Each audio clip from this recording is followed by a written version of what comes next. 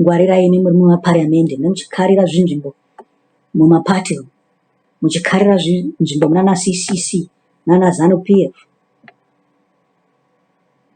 nana MDC imwe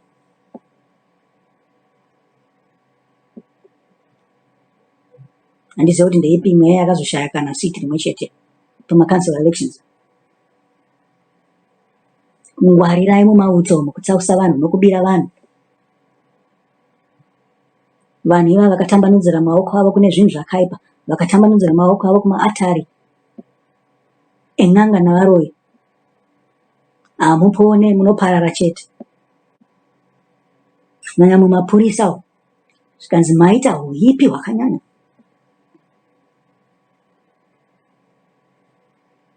Makabira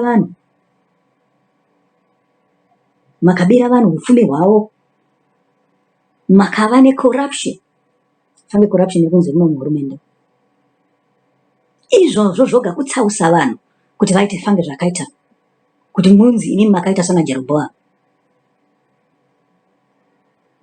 Munosiya vanhu vasisisina choice asi kutsvaga zvinhu zvamasaramusi. Mazuva ano ndiri kuona kuti mune tsika yakanyanya yekuda kubvisa vanhu panhaka dzavo, muchivatorera minda yavo, muchivashayisa pekuti kana vangarima munodadza vabva kure kuti vasikotora minda yavo, munodaidza vabva kure kuti vasikovhura mamayo, vopota zvavo vachirasira michetura mumvura kuti vauraye zvipfuwo zvavo. Mosvika vabvisa panzvimbo dzemamaini iya, hapasina chavachawanawo ipapo.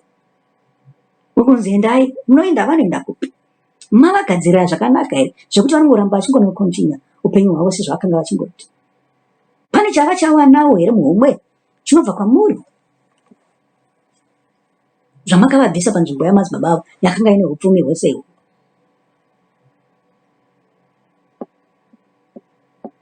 Minda yavo, dzimba dzavo, zvipfuwo zvavo, upfumi hwavo, zvikoro zvavo, magariro avo zviri kuparadza. Nekuti vari pamusoro pehurumende havaone, havana kana basa nazvo. Maona havatombokendenga nokuti zvazvisvikire kwavari nevanovateerera hazvisvikire kwavari vari pazvinzvimbo dzavakaiswa. Chimwe chinhu nepotism, ngwarirai nekuti chinoita kunge chivi chidiki asi chikuru.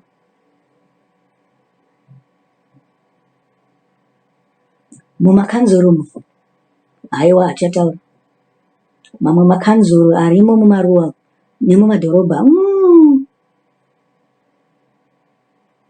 akafa asati atanga basa.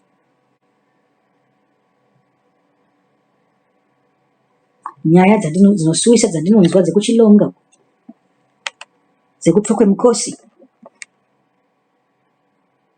kumatombo uku kwana Murewa nana Mutoko, zvekuti munyasoona kuti vanhu vari kuparadzirwa marodzi, vanhu vari kuparadzirwa nzimba, vanhu vari kuparadzirwa mafuro avo, vari kuparadzirwa minda yavo, asi hakuna unoita hanya nazvo. Chero tamaina chavo. Amene kuti vachitando vanenge vachifungei zvavo nevanhu vavanenge vachipa madhiri wavo. EMA, inonzi EMA iya, Environmental Management Agency, hainawo kana nehanya kana kuti vanenge vachitya vanhu veZANU here, kana kuti vanenge vachitya vanhu vemuhurumende. Vakuita vabatsiri vevatsausi panze pakuti vabude nesimba vachitaura pamusoro pezvinhu izvi. Tozoti tabvunzurudza tanoita nekubvunzurudza, vanozongopawo kanenge kastatement kakuti unofunga kuti ha, kuvanhu ava vari kudii kutaura pamusoro pazvo.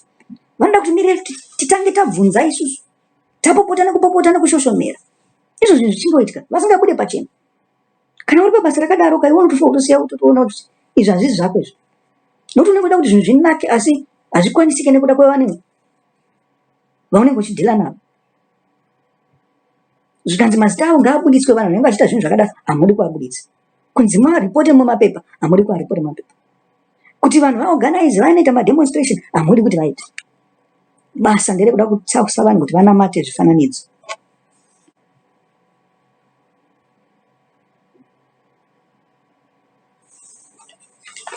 potai muchingwarira. Kana upfumi hwakaparara, especially upfumi hwatanga tinahwo hushoma ihwohwo hwekuti patakanga tapuwa navarungu pakanga pasingaiti. Vanhu vakashanda nesimba, vakarima, vakaitawo something, vakaitawo kamwe kamwe. Mouya mosikuparadza ipapo kuti vanhu vatambanudzire maoko avo kumasaramusi.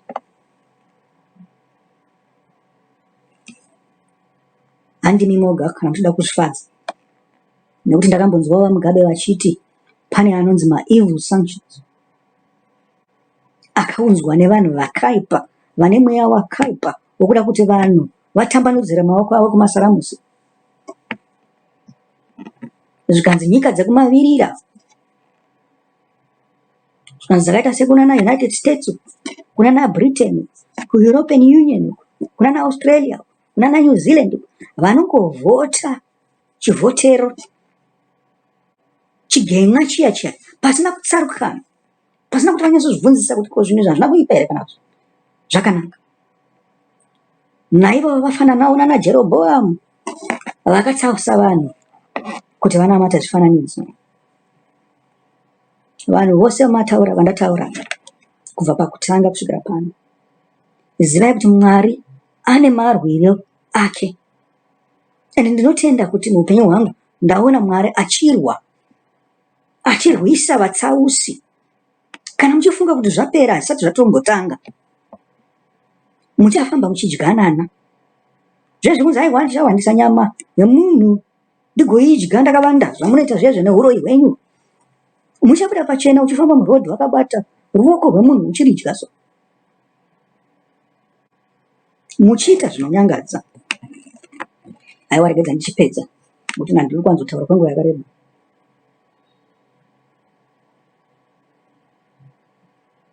Asi imi veZimbabwe ndinoti musavimba namasaramusi en'anga navaroyi. Rasai uroyi hwenyu hwamuri kubatiswa pamaatari en'anga navaroyi. Musaite kuti zvipfumbire nekuendapo. Paridzai nekutaura against izvozvo. Ndinokuverengerai mavhesi mashoma ndichipedzisa.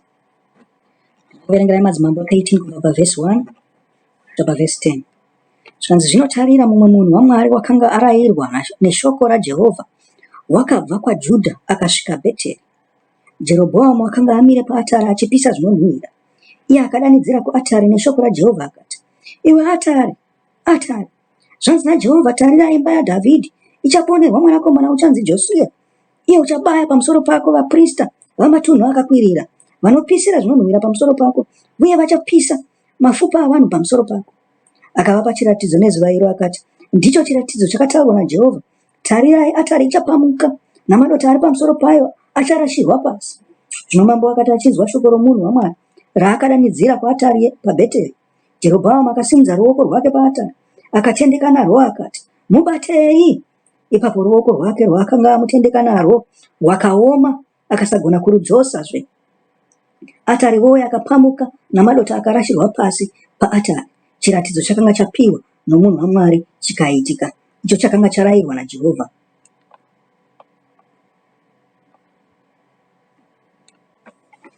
Zvino imi vakuru, kuti kudini?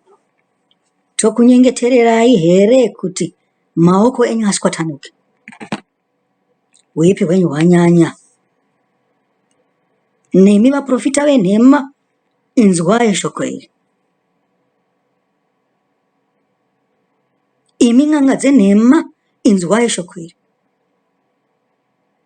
Tiri kudanidzira kuti iwe atari, iwe atari, zvinhu zvakuda kusvika pakunoipa. Ibvai panzira dzenyu dzakaipa. Muri kutsvaga ukuru nepfuma nenzira isiriyo. Rashai uipi hwenyu. Kuverengerai zvakare pamabasa 8 panhambwe yepfumbamwe kusvikira panhambwe ye25. Zvikanzi zvino kwechinguva mumwe murume ainzi Simoni akanga aita un'anga muguta uye akashamisa vanhu vose veSamaria. Aizvirumbudza achiti iye akanga ari munhu mukuru uye vanhu vose kubva kuna vakakwirira kusvikira kuna vari pasi pasi vaimuteerera vachiti, munhu uyu ndiye simba guru raMwari. Musanyengera vanhu imi n'anga navaroyi, nemi vaprofita venhema munoita neun'anga nohuroyi hwenyu, navaprista venhema. Zvikanzi vaimutevera nokuti akanga avashamisa kwenguva refu namashiripiti ake. Mashiripiti enyu amuri kuita kubata vanhu nawo kumeso, atari dzenyu dzakuda kuzopamuka, marasha arashirwe panze, mapfupa nemabundo enyu agotywe pamusoro peatari dzenyu. Asi vakati vatenda Firipi sezvo aiparidza vhangeri roumambo hwaMwari nezita raJesu Kristu, vakabhabhatidzwa vose varume navakadzi. Simoni pachake akatenda uye akabhabhatidzwa, uye akatevera Firipi kwose kwose achikatyamadzwa nezviratidzo zvikuru zvaakaona. Vapostori vaiva muJerusarema vakati vanzwa kuti vaSamaria vagamuchira shoko raMwari, vakatumira Petro naJohani kwaari. Vakati vasvika, vakavanyengeterera kuti vagamuchire Mweya Mutsvene, nokuti Mweya Mutsvene akanga asati auya pamusoro paani zvake wavo, vakanga vangobhabhatidzwa muzita raIshe Jesu. Ipapo Petro naJohani vakaisa maoko pamusoro pavo, vakagamuchira Mweya Mutsvene. Imi n'anga navaroyi navaprofita muri kuzviita nemweya wano.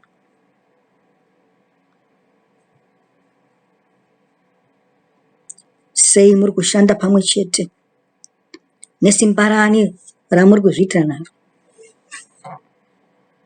Simoni akati aona kuti Mweya Mutsvene waipiwa nokuiswa kwamaoko avapostori, akavapa mari akati, ndipeiwo simba iri kuti munhu wose wandichaisa maoko pamusoro pake agamuchire Mweya Mutsvene.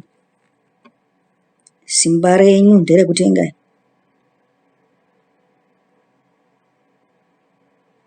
Uprista nouprofita hwenyu ndohwekutenga, ndohwemasaramusi. Uyezve upfumi hwenyu isimba ramasaramusi. Ndokudaro kuvanhu naivo vakuru venyu. Petro akapindura akati, mari yako ngaiparare pamwe chete newe, nekuti wafunga kuti ungatenga chipo chaMwari nemari. Pararai nemari dzenyu. Nyika isunungurwe kubva pamuri, navanhu vasunungurwewo. Hauna chikamu kana mugove muushumiri uhu, kuti mwoyo wako hauna kunaka pamberi paMwari. Tendeuka ubve pakuipa uku uye unyengetere kuna She. Zvimwe achakukanganwira pakuva nepfungwa yakadai mumwoyo mako. Nokuti ndinoona kuti iwe uzere nenduru inovava uye wakasungwa nechiva. Zvikanzi ipapo Simoni akapindura akati, ndinyengetererei kuna She, kuti zvose zvamataura zvirege kuitika kwandiri. Vakati vapupura uye vakaparidza shoko raShe, Petro naJohani vakadzokera kuJerusarema vachiparidza vhangeri mumisha yakawanda yomuSamaria. Amen. Togumira papo kwanhasi. Ndinotenda nekuva neni pachirongwa. Ngatisanganei zvakare panext episode, tichitaura pamusoro peatari dzen'anga navaroyi. Ndini wenyu muparidzi anoti. Sarai.